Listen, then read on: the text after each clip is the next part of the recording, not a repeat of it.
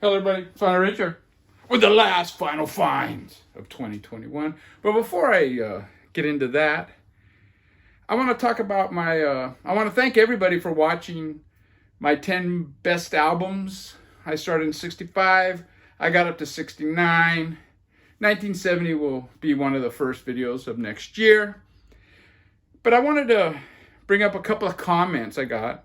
This is on my last video, the 1969 one, and it's by Andrew Johnstone. He goes, "You explain this stuff as though any audience isn't knowledgeable, but it turns into waffle and tedium. Inane guff.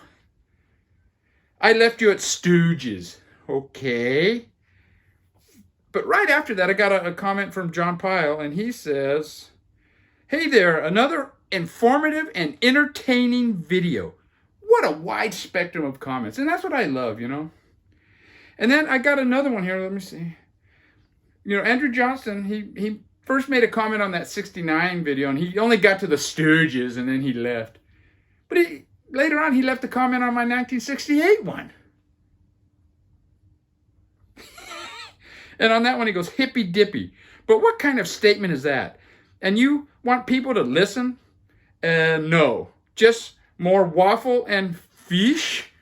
Whatever. I guess I'm quite annoying. Which, actually, my wife, especially my youngest daughter, would agree 100%. But on to the records. I got mostly new records here. Maybe 3 or 4 used ones. And this first one is Walter Bishop Jr.'s Fourth Cycle, Keeper of My Soul. I got this from the Real Gone Music website. It's a black jazz album. And this may be the last black jazz album I'll pick up. I was thinking I was going to get the Calvin Keys, I believe is the guitar player. I have one of his albums, and it's probably my favorite of all the black jazz ones.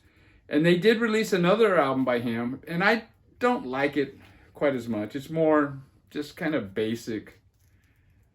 I don't want to say elevator music, but this one here starts off with Soul Village.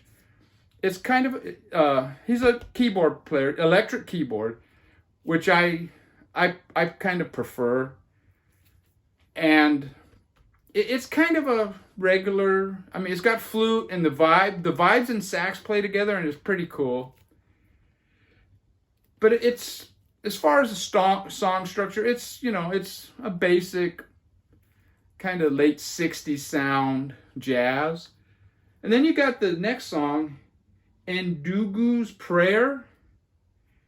And it's inspired by Joe Zawinulu, 7/4 composition. I guess the song is 74 Miles Away. And that one is a little more,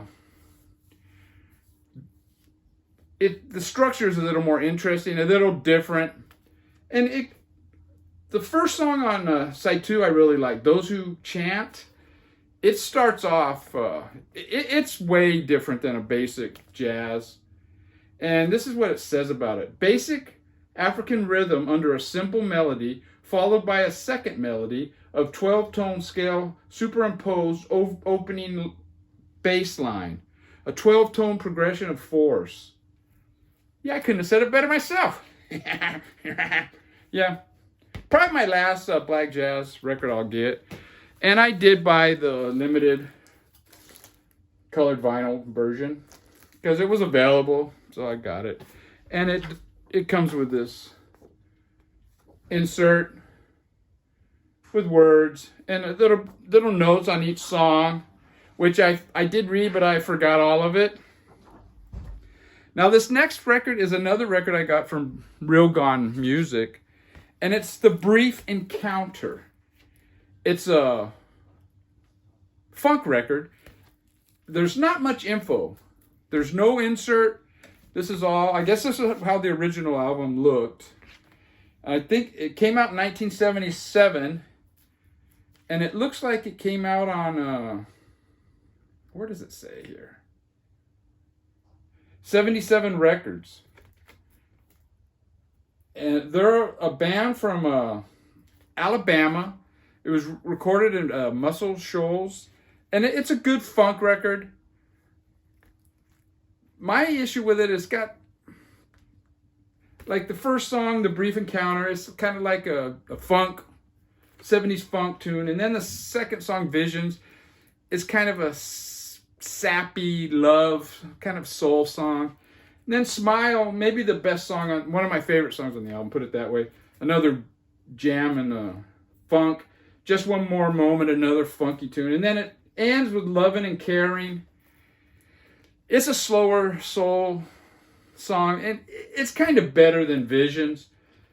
Side 2, in a special kind of way, it starts off with a slow song, and that may be the best of the slow songs. And I don't know, I like the funky ones better, but it's a good album. It's not a 10 plus by any stretch. It came out on this, and I saw it when I got that Black Jazz album, and I figured I would get it. The write-up sounded pretty interesting. And yeah, it's a good album. I like funk music. 70s funk. The 80s, it's hit and miss for me. Now, this next album I pre-ordered. I don't pre-order a lot of albums, but this one I did because Courtney Barnett is one of my favorites. And to say I was mildly disappointed would be an understatement. I don't know, man. So far, this album hasn't done it for me. And the drum machine on some of the songs is just plain annoying to me. And it's got some weak songs on it, quite frankly. I mean, she does write good songs. She always has catchy, quirky lyrics. And some of that is on here, but there are some turds. And it's unfortunate. I mean, I'll give it some more tries, but yeah, so far I've listened to it 3 or 4 times, and beautiful blue vinyl. And yeah, it's kind of a turd, which is disappointing, man. I love her other stuff, you know. But I think it was the third La Luz album. I was kind of disappointed with that one. And now that one is probably my favorite, so who knows. Now, this is an album I ordered.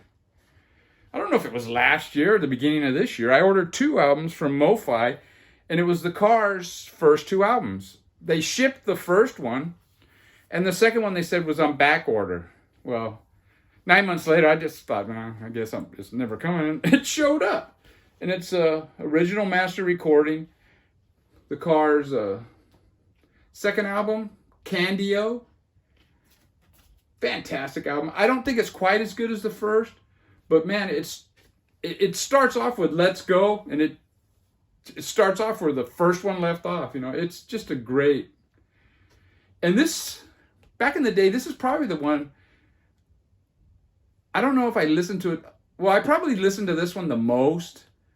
I had the first one on vinyl, so I did listen to the record, but I had a cassette of this, and I listened to this one quite a bit in the car. And yeah, it's a really great sounding record. And I will give it to MoFi. They did a really good job on these 2 Cars albums. And I guess that's the thing with MoFi. Most of the stuff is, you know, even if it's out of press, they are going to redo them, so.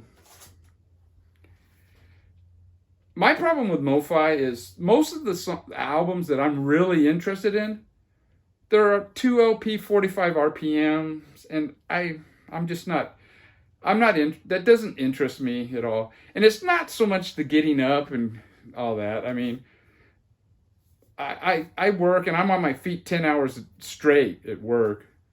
So it's not that. It's the breaking up of the album as it was originally intended. I just have a problem with that. It just doesn't sit right with me. Well, I said I don't pre-order records very much, but I did pre-order this one. It's the White Stripes, the Detroit Institute of Arts double album, November 2nd, 2001. And this is one of those, what do they call it? Let me look real quick. Man, this is not going good. I don't know. It's from the Vault series.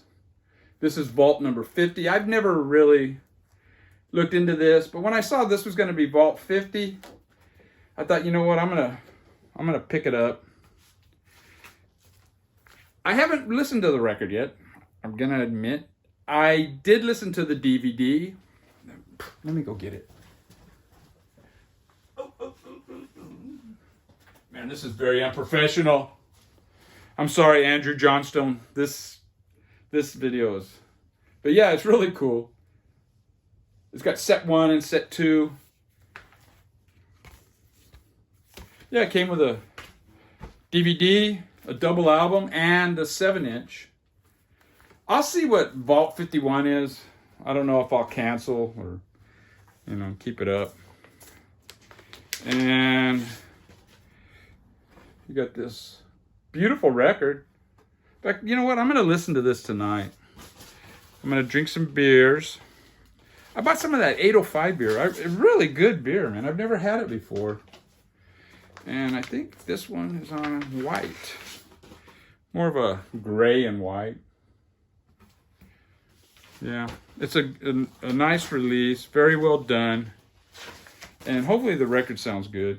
I'm sure it will. Jack White is and it comes with the 7-inch, which I haven't had a chance to listen to either. And it looks like the 7-inch is just Jack White. Yeah, this is probably newer stuff. It doesn't matter. And it comes with these pictures, suitable for framing.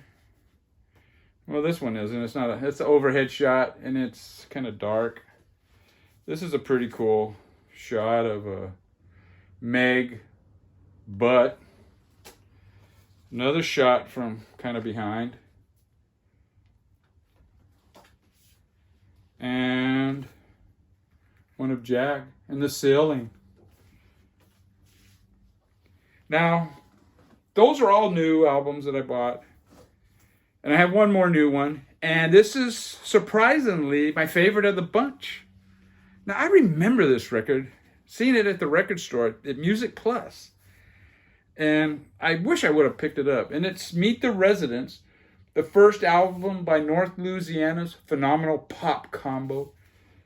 And I guess they got sued, so this album cover was pulled, or they reissued it with a kind of a color version of like an illustration of this, but it was in color on the reissue. Now this is a quirky album, and on side 1, like, you got the first song is 1 minute and 30 seconds, the second is 1 minute and 23, the third is 1 minute 22, the fourth is 1 minute 45, the fifth is 1 minute 55, the sixth is 1 minute and 35. So I thought, man, it's going to start off with a bunch of little quirky songs, but actually they all run together. It's like one long song, and it's pretty unique album, man. It's weird. It's kind of Captain Beefheart weird. The vocals are not like Captain Beefheart, though. The vocals are pretty kind of corny, even in parts. You got some loud sounds, even jazz horns in it. It's hard to describe. It's definitely off-center, and yeah, it's so far out of all these new albums I bought, this is definitely the one I've listened to the most. And this is the first Residents album I've ever bought.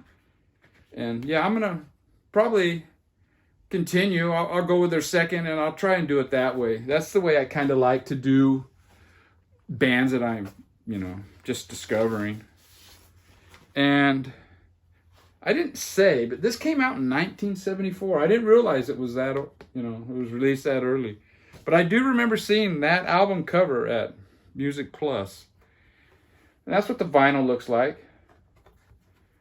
It was released on Ralph Records, but this is on Modern Harmonium, I think, or something like that.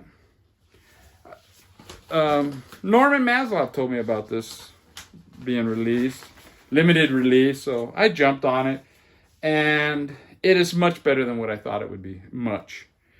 Now I think I have four or so used albums I bought. The first one is Agnostic Front. It's their second full length. Their first record was a 7-inch, and that has been reissued on Radio Raheem, and I plan on picking that one up. This one, it starts to venture into a little metallic, the crossover territory. Starts off with the Eliminator, fast, hardcore, New York hardcore song, and it doesn't let up really throughout. And it's got the famous Vinny stigma on it, right here. So yeah, I saw this on the wall, and it was pretty reasonably priced, so I had to get it. The New York hardcore is not my favorite type of punk, but I do listen to it on occasion. And it's on Combat Core. I believe the very first pressings of this are on a gray camouflage. This is the green camouflage. So I believe this may be a second pressing. Now this next one is probably my favorite of the used. Well, not probably, it is. And it was a big hole.